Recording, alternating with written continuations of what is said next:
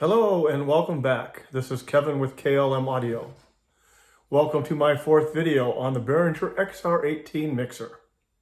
Today we will connect line level inputs to the mixer and look at the signal flow through the channel strip. If you need help turning on your system and connecting to your iPad, please refer back to my first video.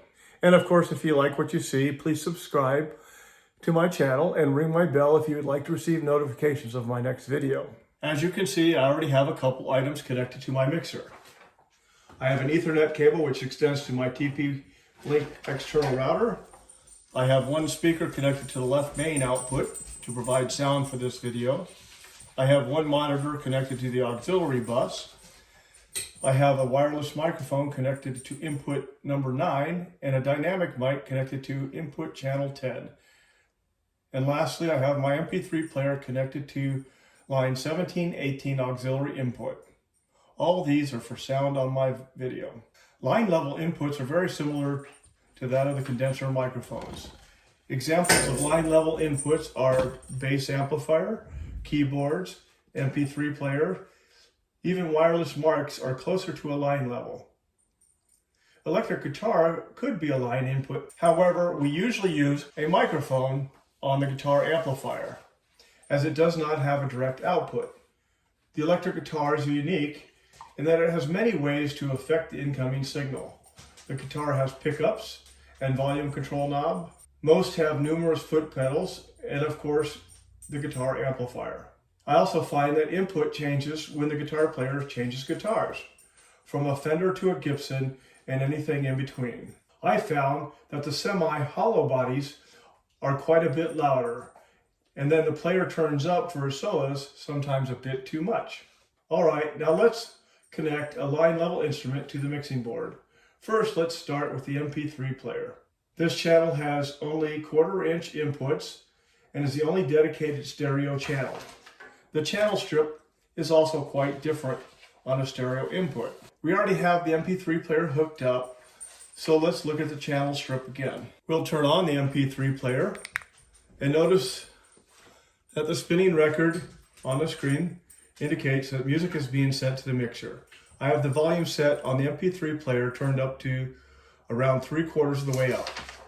On the iPad, we're going to select the iPod, select inputs, and as you notice, we already have signal coming up on both channels, left and right, in our iPad with the trim all the way down. We're going to slowly raise the auxiliary trim up until we get a decent volume coming out. And there we go, that looks pretty good. So let's raise our channel fader up to unity gain. We still don't see any problems, just good signal. We go up to the top, still good signal, no problems there. Bring it back down to unity gain. Now we will unmute both our channels and raise our main until we hear music coming out of our main speaker. It's 3 months ago last Wednesday since I woke up in her bed. And then we have sound. Now we want to make sure that we're not going to get any feedback.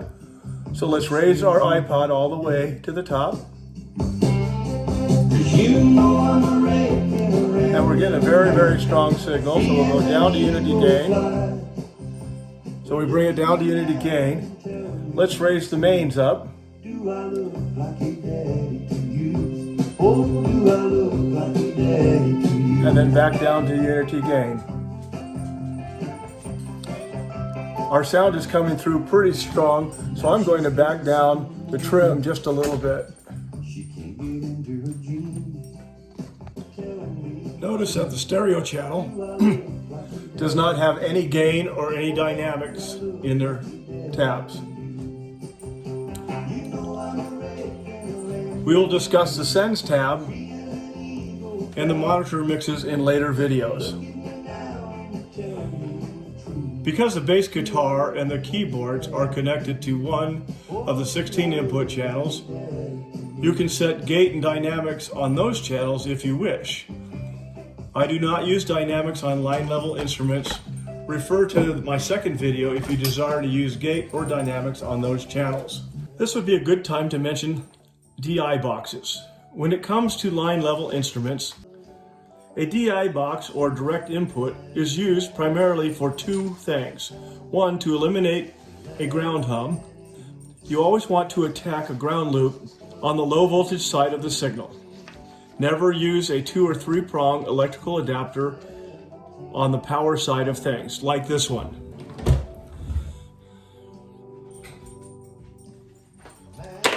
That ground on the 110 side is there for safety reasons.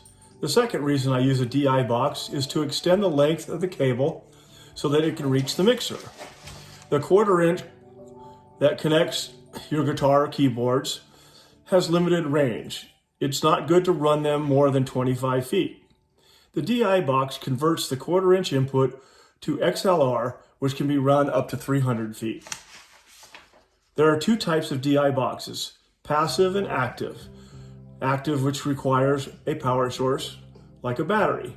Passive are usually used on instruments that provide their own power, and active DI boxes are usually used on acoustical instruments.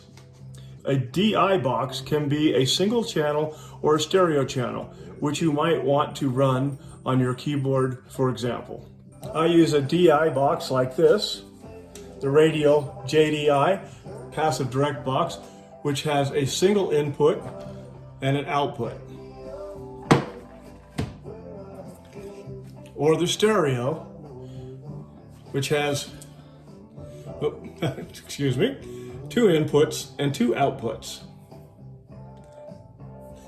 And as I was speaking before, they have a ground lift right here that will get rid of that ground loop.